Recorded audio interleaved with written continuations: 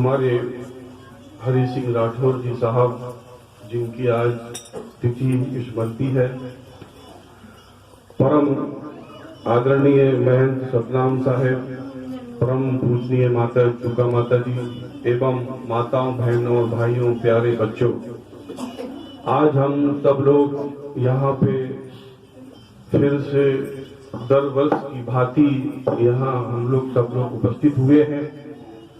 और यहाँ तो साहब कह रहे हैं कि संत मिलन को जाइए तजमाया अभिमान, और जो जो पग आगे धरे कोटिन यज्ञ। सदगुरु कबीर साहब यहाँ पर कहने में ये साखी बहुत छोटी है, हम सब लोग भजन में मैं अक्सर सुनता हूँ, मगर इसका अर्थ अगर आप कर लेते हैं कि संत मिलन को जाइए और तज माया अभिमान। देखो साहब क्या कह रहे हैं, तज माया अभिमान। अब और जो जो पग आगे धरे कोटिन यज्ञ समान। साहब यहाँ पर संतों के दर्शन हेतु जाने के लिए कह रहे हैं, मगर कब कह रहे हैं, तज माया अभिमान। तुम अपना माया और अभिमान को घर छोड़ के रखकर, हम लोग जाते हूँ, मैं अग्रवाल हूँ, हम अपने साथ वो माया ले जाते हैं। मैं धनवान हूँ, मैं पैसे वाला हूँ, मैं रूपवान हूँ, मैं कुरूप हूँ। और साहब कह रहे तज माया अभिमान, तुम बिल्कुल निर्मल हो जाओ, कुछ तुम्हारे अंदर ना रहे। तो जो जो पग आगे धरे, देखो क्या कहते कि जो जो तुम एक पग, कोई अजमेर से आया, कोई जयपुर से आया कि नहीं, देखा शायद मेरा ये तीसरा वर्ष है कि मैं यहाँ उपस्थित हूँ। लोग दूर दूर से आते हैं, यहाँ किस लिए आते हैं साहब कुछ लेने के लिए आते हैं। साहब कहते हैं कि यहाँ तुम आए हो तो कुछ लेकर जाओ, वो काया निर्मल हो जाए संतों के संग में। मगर हम लोग क्या करते हैं कि मनमुखी और गुरुमुखी, एक होता है मनमुखी और एक होता है गुरुमुखी।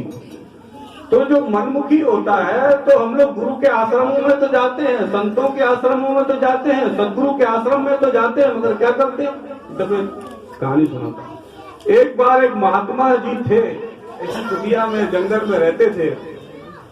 तो एक सेठ और सेठानी, बच्चे लोग हल्ला कर रहे हैं, भजन में तो चलता है, सत्संग में नहीं चलता, तो ध्यान वहां चला जाता है। तो वो सेठ और सेठानी गए, अपने गुरु जी के दर्शन के लिए गए और पहुंचे आश्रम पे। तो पति पत्नी थे, गुरु जी के आश्रम पे पहुंचे, गुरु जी को नारियल चढ़ाया, फूल मालाएं चढ़ाई, धन दौलत अर्पण किया और गुरु जी से बोले, गुरु जी प्रणाम, अब हम चलते हैं।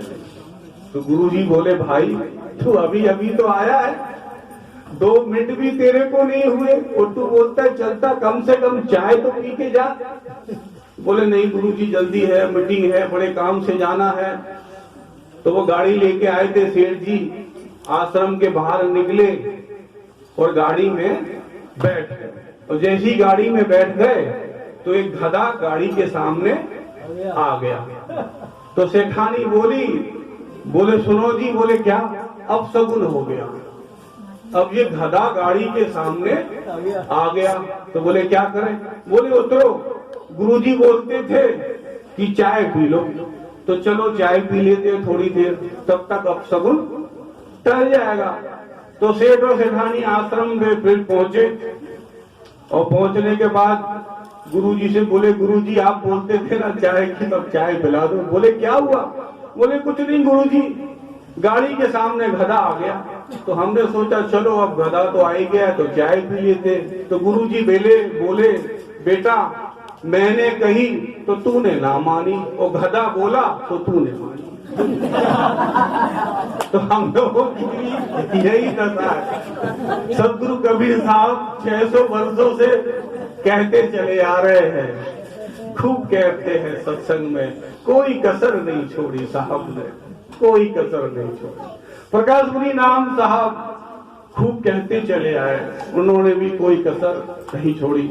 हर जगह संत लोग हमेशा हम लोगों को उपदेश और मार्गदर्शक दर्शन हमको देते रहे, मगर हम लोग ने नाम अपनी ही मन गति पे चलते रहे। संतों ने शायद प्रचार प्रसार करने में कोई कसर नहीं छोड़ी।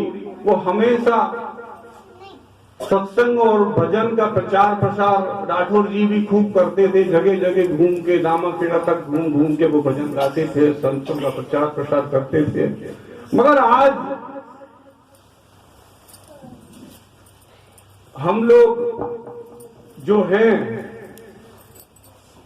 कि उस मार्ग को नहीं पढ़ सके।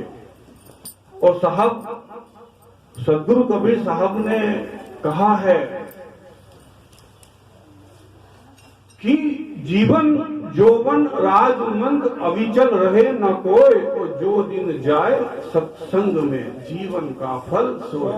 हमारे 24 घंटे काम धंधे में व्यतीत हो जाते हैं। 24 घंटे हम लोग चक्री की तरह रात दिन उसमें लगे रहते हैं, व्यापार में, खाने में, पीने में, मगर कभी हमने अपनी सुध नहीं देखी कि हम अपने लिए 2 घड़ी निकाल कर भजन तो कर ले और सत्संग तो कर ले। कभी हमने 24 घंटे हम लगे रहे, पचड़ी में लगे रहे। और अंत क्या होता है कि जो बड़े जागीरों के जो मालिक थे, धनाढ़ थे, अंत समय में हमारे हाथ में कुछ नहीं आता। बड़े बड़े सेठों की संपत्ति, वो परिवार एक दूसरे का ब्याज चलता रहता, बात कि बेटे को उसके बेटे को, ऐसे वो चलती रहती जागीर हमारी। मगर हम लोगों के हाथ में जितना भी हमने समाज और परिवार के लिए हम जो करते हैं, अंत में वो खाली रह जाता। हम कुछ नहीं कर पाते। हम दान भी नहीं, अभी सोचते दान दे के नहीं दे। अरे भाई अभी देना हो तो दे ले, बाद में वो पैसा भी तेरे बेटा बहुओं का हो जाएगा। तू 10-10 रुपए मांगता, दान भी नहीं कर सकेगा बुढ़ापे में, क्योंकि ये बुढ़ापे में ये शरीर भी हमारा देखो साथ छोड़ता है। हम सेवा भी हम बुढ़ापे में नहीं कर सकते, और हम दान धर्म भी नहीं बुढ़ापे में कर सकते। क्यों? हमारे पास धन संपत्ति नहीं रहती। आप देख लो परिवार के अंदर में हमारे पास वो धन संपत्ति रहती नहीं, वो हमारे परिवार की बहू बेटों की हो जाती है। 10-10 रुपए के लिए हम लोग मोहताज हो जाते हैं। ऐसे घर मैंने देखे। वो दान धर्म हम लोग घरों में जाते, 10 रुपए चढ़ाना जाते तो कोई चढ़ा नहीं पाते। बहू बेटा देना, साहब आए 10 रुपए की बंदी करनी। जो करोड़ों के मालिक हुआ करते थे, आज उनके पास कुछ नहीं। तो कहने का मतलब है कि समय जो है वो चक्र की तरह चलता रहता है। आज है वो कल आने वाला नहीं है। तो जो तुमको मिला है जीवन, ये जीवन नश्वर है, रहेगा नहीं। जीवन जोवन राजमंद अविचल रहे न कोई, जो दिन जाए सत्संग में। जो दिन तुम्हारा, देखो आज तुम यहाँ सत्संग कर रहे हो ना, संतों की सानिध्य में आए हो, मगर इसमें भी देखो फेल है। किसी ना किसी की सुरती कहीं ना कहीं जाती है, कहीं ना कहीं चली जाती है। वो यहाँ बैठे तो हैं, सत्संग सुन तो रहे हैं, मगर सुरत जो है वो हमारी माया के आवरण में घूमती रहती है। और साहब कह रहे कि सुरत बांध स्थिर करो आटो पहर हजूर। वो सुरती को, अपनी सुरती को बांध लेना है।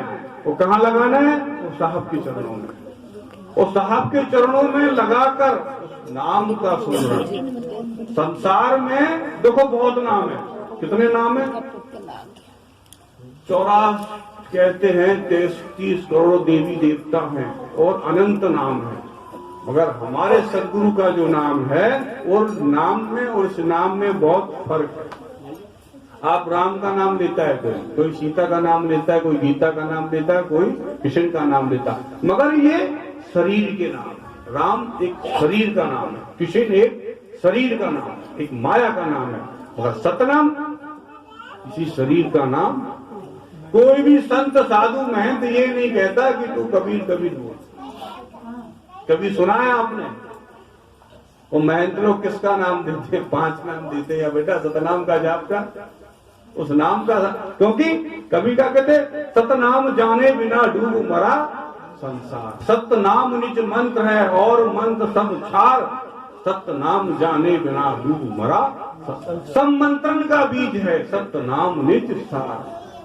कि हम इतने भाग्यशाली हैं, कोटिन पुण्य के 7 जन्म के पुण्य से सदगुरु मिले कबीर, कि हम सदगुरु कबीर साहब के शरणागत आए हैं।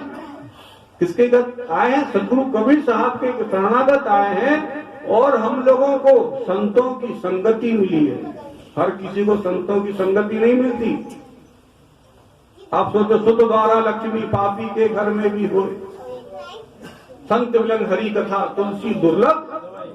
ये संत का मिलन और हरि कथा किसी को मिलने वाली नहीं है। अभी हमारे गुजरात में डायरा होता है, तो बड़े बड़े कलाकार जो होते हैं ना, तो ऐसे जैसे माता जी कभी भजन गा रही थी, ऐसे नोटों की बारिश होती है और लाखों की पब्लिक भीड़ होती है, पागल हो जाती है वहां पे सुनने के लिए। वो सपना चौधरी एक हरियाणा की डांसर है, देखो वो नाचती है, लाखों की भीड़ हो जाती है। और यहाँ साधु संतों का सत्संग बंधन चल रहा है, यहाँ से सुनो। तो संतों की संगति में कोई बिरला जिसके जन्म जन्म के पुण्य हो, सदगुरु की कृपा हो, तो वो ही यहाँ आ सकता है, अन्यथा इस जंगल में कोई आ सकता नहीं है। आप लोग बड़े भाग्यशाली हैं जो यहाँ पर ऐसी वीरान जगह में आकर यहाँ पर आप लोग बैठे हैं। कोई जन्म के पुण्य है, और ये आने के बावजूद भी कि आपको गुरु भी मिला है, देखो सदगुरु भी मिला है, दोनों मिले, एक नहीं मिला। हमारे कबीर पंथ में एक विशेषता है कि कहीं कहीं तो गुरु प्रथा तो पूरे भारत देश में चलती है, सभी सनातन में भी चलती है, मगर गुरु सदगुरु हर जगह नहीं होते। हमारे यहाँ गुरु सदगुरु दोनों है। देखो गुरु आप लोग के राठौर जी हैं और सदगुरु हमारे नाम साहब बैठे। तो हम कितने भाग्यशाली हैं कि हमारे पास इसके आगे कोई पद नहीं, संसार में कोई पद नहीं, सदगुरु के आगे कोई पद नहीं। और हर धर्म में आप चले जाओ, कहीं सदगुरु नहीं होता। हमारे कबीर पंथ में, हमारे साहब पंथ में साक्षात गुरु सदगुरु दोनों विराजमान है। और आप लोग इतने भाग्यशाली हैं कि आपको गुरु भी मिला, साथ में संत भी मिले और सदगुरु भी मिला।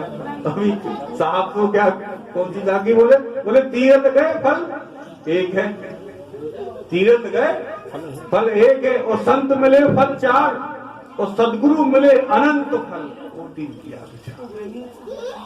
अब देखो यहाँ गुरु और संत और सदगुरु, इसलिए हमें क्या करना है? बस एक साधे सब साधे और सब साधे सब जाए, और जो सींचे मूल को तो फूले फले जाए। एक जगह गड्ढा करना है। कैसे गड्ढा करना है? एक जगह कि हम अनंत जगह अगर गड्ढा करेंगे थोड़ा थोड़ा थोड़ा तो नहीं होगा। एक खेडूत किसान था, तो एक महाराज के पास गया, बोले बाबा जी टाइम हो, तो बोले बाबा जी, बोले क्या? बोले मेरे खेत में पानी नहीं है। बोले पानी नहीं है? बोले अच्छा। तो बोले जा अपने खेत में 40 फुट गहरा गड्ढा कर ले तो पानी निकल जाएगा। तो वो किसान बेचारा भोला वाला गया और गड्ढा करना शुरू किया, खोदना शुरू किया कुआ। तो थोड़ा खोदा तो कंकड़ पत्थर 2-3 फुट खोदा, फिर आगे बढ़ा, फिर वहां 2-3 फुट खोदा तो वहां रेतीली मिट्टी आई। बोले नहीं यहाँ मजा नहीं आता, फिर आगे। ऐसे करते करते 5, 6, 8 जगह खोद दिया। अब पानी निकला, बोले 40 फुट तो हो गया। तो उसने गिनती लगा ली, बोले महाराज 4 यहाँ, 3 यहाँ, 7 यहाँ और 5 यहाँ, 40 फुट। अब वो बाबा जी के पास पहुंचा, बोले बाबा जी बोले क्या? बोले आपने कहा था 40 फुट गहरा गड्ढा कर लो और पानी निकलेगा, यहाँ तो पानी नहीं निकला। बोले क्या बात करते हो यार, मैंने जो बोल दिया तो बोल दिया। वो चल मैं चलता हूँ। तो गुरु जी गए, देखा, बोले कहाँ है? बोले देखो गुरु जी। अरे बोले ये तूने क्या किया? 10 जगह गड्ढा किया और एक जगह 40 फुट गड्ढा किया होता तो तेरा पानी निकल जाता। अगर हमने एक अगर साहेब को माना होता तो हमको वो सदगुरु मिल जाता। मगर हम अनंत जगह भटकते हैं। या साहब मिले तो साहेब राम मिले तो राम, माता जी मिली तो जय। तो नहीं, कबीर साहब कहते एक साधे और सब साधे और सब साधे सब जाए, और जो सींचे मूल को तो फूले फले लगाए। अगर हम एक जड़ में अगर पानी डालेंगे तो वो पेड़ हरा भरा हो जाएगा। तुम कितने ही पत्तों में पानी डालो, हरियाली नहीं आएगी। तो हमारे सदगुरु कबीर साहब जो मूल है, शाखा है, जहाँ से सब वृक्ष की उत्पत्ति हुई है। तो हमको बस वो साहब का ही भजन करना है और किसी का भजन करना नहीं है। बोलो सदगुरु कबीर साहेब की